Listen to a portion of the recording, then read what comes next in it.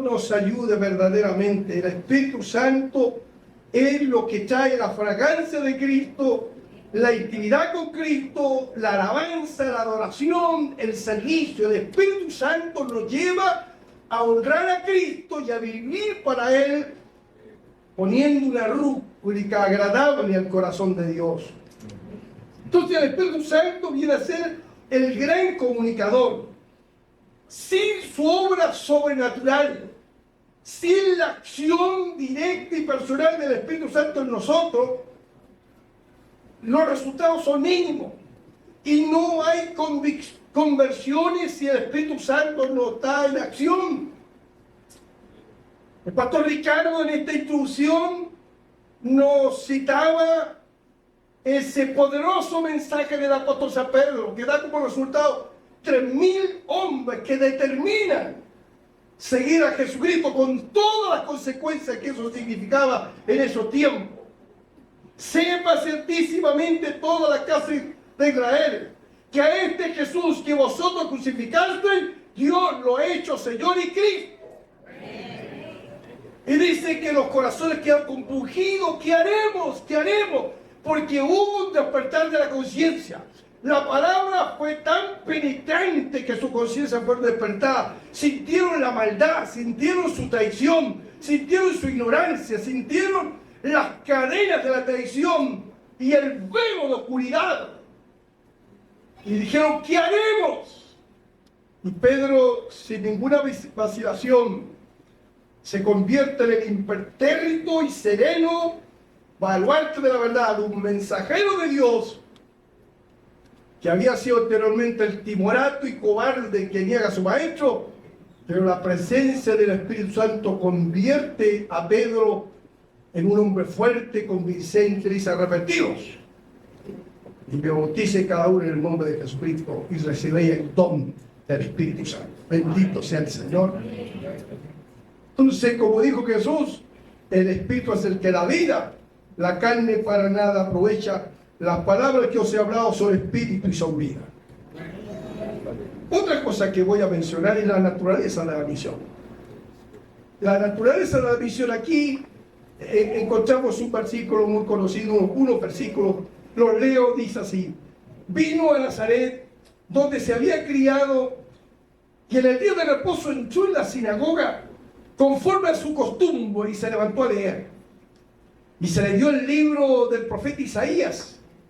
Y habiendo abierto el libro, halló el lugar donde estaba escrito: el Espíritu del Señor está sobre mí, por cuanto me ha ungido para dar buenas nuevas a los pobres, me ha enviado a sanar a los quebrantados de corazón, a pregonar libertad a los cautivos y vista a los ciegos, a poner en libertad a los oprimidos, a predicar el año agradable del Señor. Y enrollando el libro, lo dio al ministro y se sentó. Y los ojos de todos en la sinagoga estaban fijos en él. Y comenzó a decirles: hoy se ha cumplido esta escritura delante de vosotros. La visión de Jesús está claramente expresada, que es que el hombre y la mujer se reconcilien con Dios, o dicho de otra manera, hacer posible, la visión de Jesús fue hacer posible que nuestras relaciones con Dios, las relaciones con nosotros mismos, las relaciones con nuestro prójimo y con la creación sean restauradas. Y Jesús comparte el amor de Dios a través de su palabra, de sus enseñanzas, de sus obras y de su carácter. De esa manera, Él comienza a ejercer toda una influencia. El amor de Dios comienza a manifestarse de esa forma. Y observamos en esta lectura algunas cosas sencillas, que cada una de ellas son un tema en sí mismo, pero solamente así una pincelada. El Espíritu del Señor estaba sobre Él. Y la unción estaba sobre él. La unción que tenía la finalidad de capacitarlo para el cumplimiento de la visión. Este reconocimiento al llamado para servir y para compartir estas buenas nuevas se expresan en estas tres indicativos tan fáciles de descubrirlo. Predicar las buenas nuevas, proclamar el año de la buena voluntad del Señor y publicar libertad, libertad a los cautivos. En estas tres acciones tiene que ver el querigma del Evangelio, la proclamación del Evangelio. Entendemos por el querigma, la proclamación del Evangelio, el anuncio de la salvación, la predicación o la proclamación de los propósitos salvíficos, la manera como el hombre puede ser salvo. Nótese que este mensaje fue a judíos y gentiles, es decir, todos aquellos que no tenían la revelación del poder de la sangre de Dios, o no eran la comunidad de los redimidos. Pero este llamado tiene un alcance a los quebrantados de corazón, a consolar a los enlutados, a ordenar que venga la alegría. Entonces nosotros tenemos que visualizar la autoridad espiritual que se nos ha sido delegada. Primero, tener la convicción que el Espíritu Santo está con nosotros. Tener esa convicción que estamos ungidos para una tarea espiritual. Y que estamos ungidos para ejercer influencia en medio de los diversos contextos que nos toque vivir. Tenemos que vendar las heridas, tenemos que consolar a los abatidos, tenemos que sanar los sentimientos negativos, tenemos que liberar a los cautivos, a los endemoniados. Ha habido una autoridad que ha sido dada a la iglesia, bendito sea el Señor. Que el gozo sea, que la tristeza sea cambiada en gozo, que el espíritu angustiado y que el hombre experimente verdadera libertad. Entonces, este es el querigma, la proclamación pública de la verdad. Y este es nuestro compromiso, nuestra tarea, proclamar la verdad. La gente será salva como respuesta de proclamar la enseñanza y la predicación del Evangelio. Los propósitos salvíficos, cómo el hombre puede experimentar salvaciones a través de Cristo. Entonces, como tercera cosa, la misión es un llamado a testificar. Un pasaje muy conocido, que inclusive lo consideré también muy rápidamente en el culto de cierre o el culto que tuvimos como conferencia regional en 1 Pedro 2:9. Mas vosotros sois linaje escogido, real sacerdocio, nación santa, pueblo adquirido por Dios, para que anunciéis las virtudes de aquel que os llamó de las tinieblas a su luz admirable. Pablo declara que somos pueblo de Dios, y pueblo de Dios con la responsabilidad de anunciar las virtudes de aquel que os llamó de las tinieblas a la luz admirable.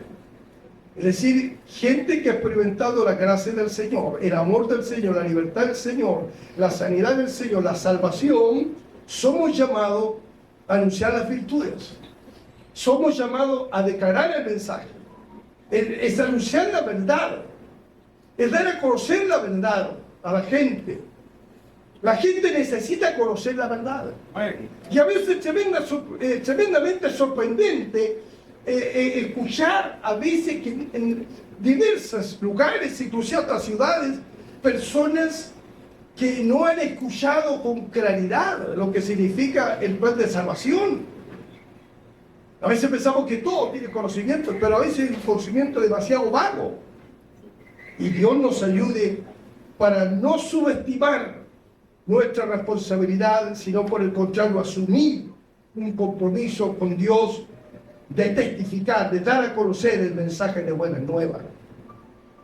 Este mensaje de proclamar la oferta o el llamado o el llamamiento de la salvación, de una vida abundante, de una vida de propósito, que el hombre y la mujer, no importa la condición humana en la cual se encuentre, su vida puede ser cambiada a través del poder transformador de Jesucristo. Que haya esperanza para todo hombre y toda mujer. Este es nuestro mensaje. Que en medio de una sociedad caída, de una sociedad llena de insatisfacciones, de amargura, de conflicto, de rompimiento relacional en diferentes aspectos, de una rebelión en el corazón, que es saludable sembrar en el corazón de ellos que hay un mensaje restaurador, hay un Dios de misericordia, hay un propósito que tiene que ser descubierto para que la realización de la vida sea no algo utópico, sino una realidad en su propia experiencia. Amén. Y qué maravilloso el poder descubrir testimonios en nuestras propias comunidades, cuando Jesucristo ha venido y ha producido los cambios evidentes que el Señor produce en la vida de un hombre y de una familia. Bendito sea Dios. Cada uno tenemos experiencia y que podríamos contar tantos testimonios en este sentido. Entonces, el mandamiento del Señor no consiste solo en anunciar esta buena noticia, sino lo que hemos estado enfatizando y hemos venido descubriendo, una verdad tan antigua, pero sin embargo hemos asumido responsabilidad de generar las herramientas, la ayuda y la responsabilidad en un discipulado radical. Un acompañamiento es lo fundamental, porque la gente se salva o hace una decisión, nace a la vida espiritual, pero tiene que ser sostenido, el fruto tiene que ser conservado, y eso es responsabilidad de nosotros como iglesia. Entonces, anunciar es una cosa, pero sostenerlo, acompañarlo, discipularlo, es la gran responsabilidad que todos nosotros estamos asumiendo, y que como iglesia iberoamericana, como región, hemos visto que es una necesidad dar pasos concretos. Y por eso que en la medida que nos alineemos también a las metas, al proyecto iberoamericano de ayuda, no es una imposición, pero sí es una colaboración que en la medida que nosotros estemos en la misma sintonía, caminando en un mismo espíritu, vamos a llegar mucho más rápido y vamos a lograr los frutos que nosotros mismos anhelamos.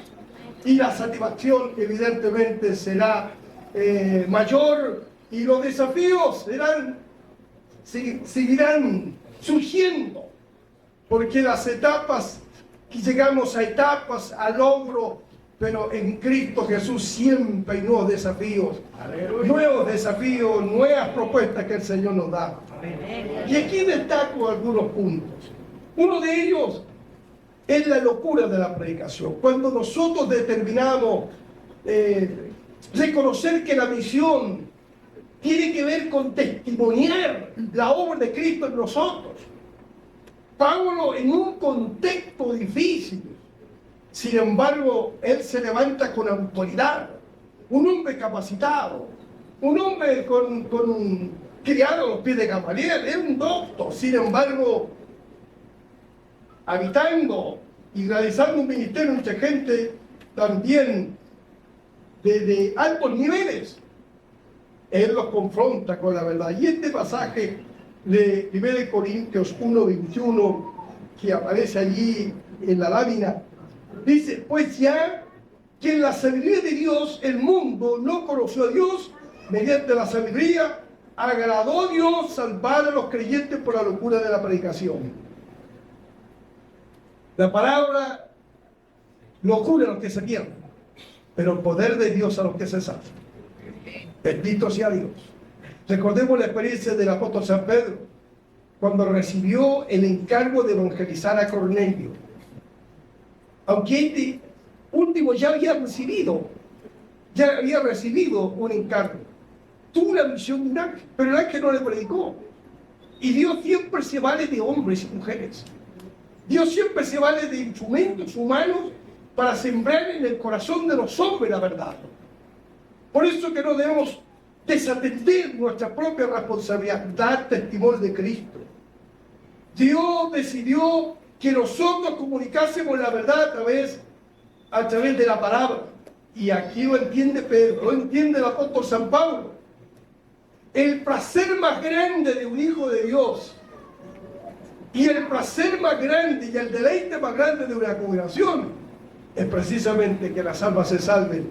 Ese es el gozo más grande que produce al interior de una comunidad. Que Dios verdaderamente sea glorificado. Otro de los puntos es amor y compasión. Jesús declara que el primer y gran mandamiento es amar al Señor sobre todas las cosas. Amarle sin límite. Reconocerle como la persona más importante, como la supremacía en el orden de prioridades. Amar a Dios intensamente, pero en ese amor intenso hacia Dios está de igual manera amar al prójimo como nos amamos a nosotros mismos. Amarnos a nosotros mismos, valorarnos en el justo, en la justa medida. Valorarnos en la justa medida, porque todo lo que somos y lo que tenemos es solo por la gracia de Dios. Somos pobres criaturas sin Cristo, pero lo que le da valor y consistencia a nuestra vida es precisamente el Señor. Ahora, mucha de la apatía de los creyentes es la falta de compasión por el perdido. Pero si nosotros amamos a Dios en profundidad, no podemos permanecer insensibles.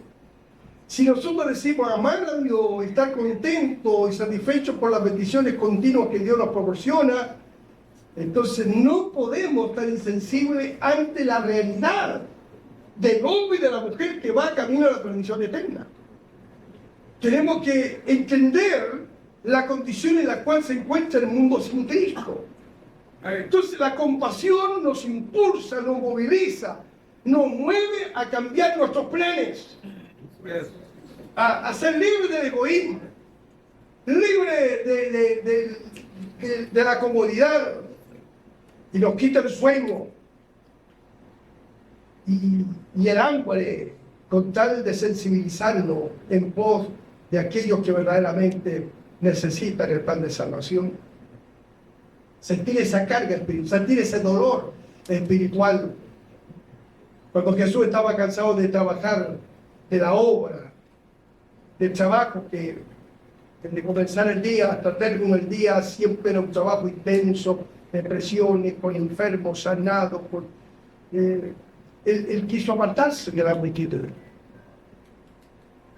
Y se sube a una barca y decide cruzar al otro lado del lago. Pero descubrió que la multitud le había seguido. Y Jesús, al ver la multitud sin esperanza, sin rumbo, sin pastor, entonces la compasión se apoderó de él. Inmediatamente Jesús cambió sus planes. Él es sumamente sensitivo. Él es el ejemplo máximo de compasión de Jesús. Y Él quiere que lo llenemos de esa compasión. En una ocasión llegué extenuado a las 11 p.m. o más, cerca de la medianoche,